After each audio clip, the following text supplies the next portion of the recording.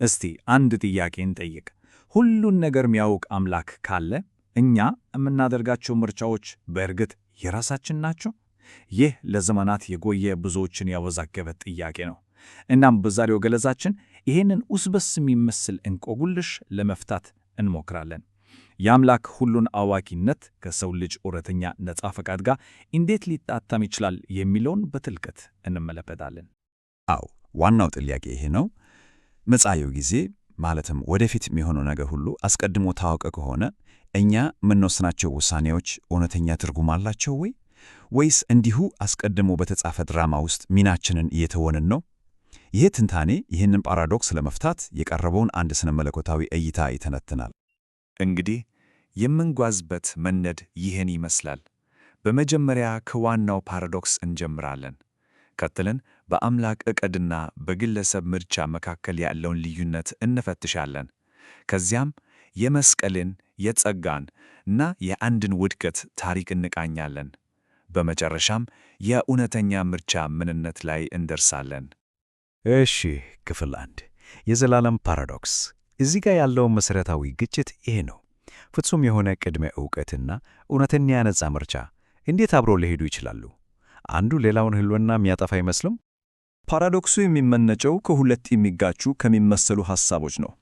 በአንድ በኩል አምላክ ጊዜ ከመፈጠሩ በፊት እንኳን እያንዳንዱ ፍጡር ምን እንደሚመርጥ ያውቃል። በሌላ በኩል ደግሞ ፍጡራን የራሳቸውን ውሳኔ የማድረግ ነፃ ፍቃድ አላቸው፣ ኃጢአትን መምረትን ጨምሮ። እስቲ አስቡት፣ ይሄ መለኮታዊ ቅድመ ዕውቀት ምን ያህል ፍጹም እንደሆነ። ግምት አይደለም፣ ምናልባት እንዲህ ይሆናል የሚል ሳይሆን በእርግጠኝነት የሚታወቅ ነው። ምንጩ እንደሚለው አምላክ የሄሌልን ወይም ሉሲፈርን እንዲሁም የአዳምን ውድቀት አስቀድሞ ያውቅ ነበር። ግን በጣም ወሳኝ ነጥብ እዚህ ጋር ነው ያለው። አምላክ አንድ ነገር እንደሚሆን አስቀድሞ ቢያውቅም ያንን ነገር ለማድረግ የመረጠውና ውሳኔውን የወሰነው ግን ፍጡሩ ራሱ ነው። በሌላ አነጋገር የአምላክ ዕውቀት ምርጫውን አያስገድድም፣ ይልቁንስ በነፃነት የሚደረገው ምርጫ አስቀድሞ ያውቃል ማለት ነው። እሺ፣ አሁን ወደ ቀጣዩ ምዕራፍ እንለፍ። ይህም የአምላክን አጠቃላይ ዕቅድ ከፍጡራን ግላዊ ድርጊት መለየት ነው። ይህን ልዩነት መረዳት ለፓራዶክሱ መፍትሔ ለማግኘት ቁልፍ ነገር ነው። እንግዲህ የአምላክ ዕቅድ በሦስት ቅደም ተከታተሎች ይገለጻል። አንደኛ፣ ውድቀት እንደሚኖር አስቀድሞ ያውቃል። ሁለተኛ፣ ችግሩ ከመፈጠሩ በፊት መፍትሔውን ያዘጋጃል። ይህም መስቀሉ ነው። ሦስተኛ፣ ይህንን መፍትሔ በእጁ ይዞ ፍጥረትን ይጀምራል፣ ለፍጡራኑንም ነፃ ፍቃድን ይሰጣል። ይሄ በጣም ወሳኝ ነጥብ ነው። አምላክ ኃጢአት እንዲኖር ማወቁ ኃጢአትን እንዲኖር ስለፈለገ ወይም ስላስገደደ አይደለም፣ በፍጹም። ይልቁንስ የመውደቅ ዕድል እንዳለ እያወቀ ለፍቅርና ለድነት ዕድል ለመስጠት ሲል ፍጥረትን ፈጠረ ማለት ነው። አስገራሚው ነገር ይሄ ነው። አሉታዊ ምርጫዎች እንኳን በአምላክ የመጨረሻ አዎንታዊ ዕቅድ ውስጥ ቦታ አላቸው። ይህ ማለት ግን ኃጢአቱ ጥሩ ነው ማለት አይደለም፣ በፍጹም። ይልቁንስ የአምላክ ሉዓላዊነት የክፋትን ውጤት እንኳን ለበጎ ዓላማ ሊያውለው ይቻላል የሚለው ነው የሚያሳየው።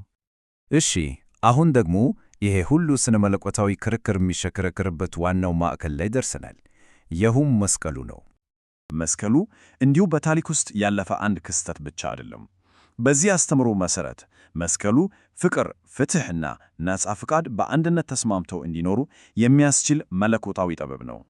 እናም የመስቀሉ ዓላማ ምንድን ነው? አንደኛ፣ ማንም ሊገምተው ማይችለውን የአምላክን ፍቅር ጥልቀት ያሳያል። ሁለተኛ፣ የኃጢአትን ዋጋ በመክፈል ፍትሕን ያሟላል። ሦስተኛ፣ ለሚመለሱ ሁሉ የይቅርታን በር ይከፍታል። ከሁሉም በላይ ደግሞ ጸጋን የተቀበሉትን ሰዎች ፍቃድ በማጥራት ፍጹም ያደርጋል። እሺ፣ ይህ ሁሉ ጥሩ፣ ግን ትክክለኛውን ምርጫ ለማድረግ ኃይሉ ከየት ይመጣል? እዚህ ላይ ነው እንግዲህ ጸጋ የሚለው ቁልፍ ጽንሰ ሐሳብ ወደ ታሪኩ የሚገባው። ታዲያ ጸጋ ምንድን ነው? በቀላሉ ሲገለጽ ትክክለኛውን ነገር እንድናደርግ የሚያስችለንን የሚረዳን የአምላክ ኃይል እና ፍቅር ነው። ይሄ በራሳችን ጥረት የምናገኘው ነገር ሳይሆን በነፃ የሚሰጠን ስጦታ ነው። የእኛ ድርሻ ይህንን ስጦታ መቀበል ወይም አለመቀበል ብቻ ነው። ያው ነጥቡ ነው። መልካምነት ከውስጣችን የምናመነጨው ነገር አይደለም። ይልቁንስ ይህን መለኮታዊ እርዳታ ወይም ጸጋ የመቀበላችን ውጤት ነው። በራሳችን ኃይል ብቻ ብንሞክር ውጤቱ ሁሌም ውድቀት ነው። ስለዚህ ነገሩ ሁሉ የሚጠቃለለው ወደ አንድ ቀላል ምርጫ ነው፤ ጸጋን መቀበል ወይም ጸጋን አለመቀበል።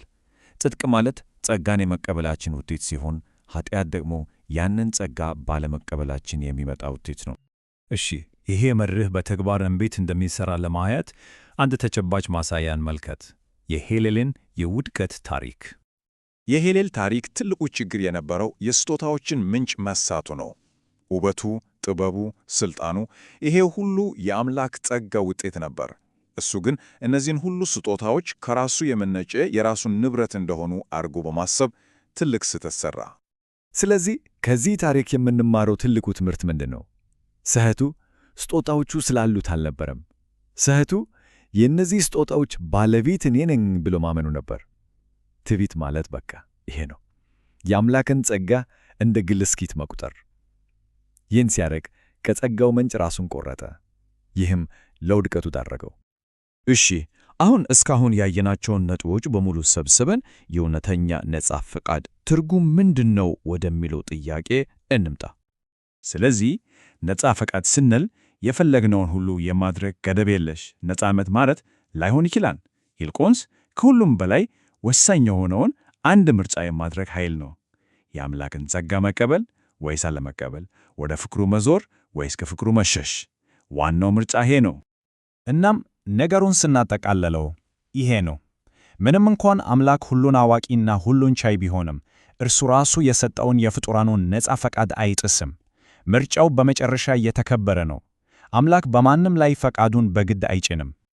እናም ይህንን ገለጻችንን በአንድ ትልቅ ጥያቄ ልጨርሰው።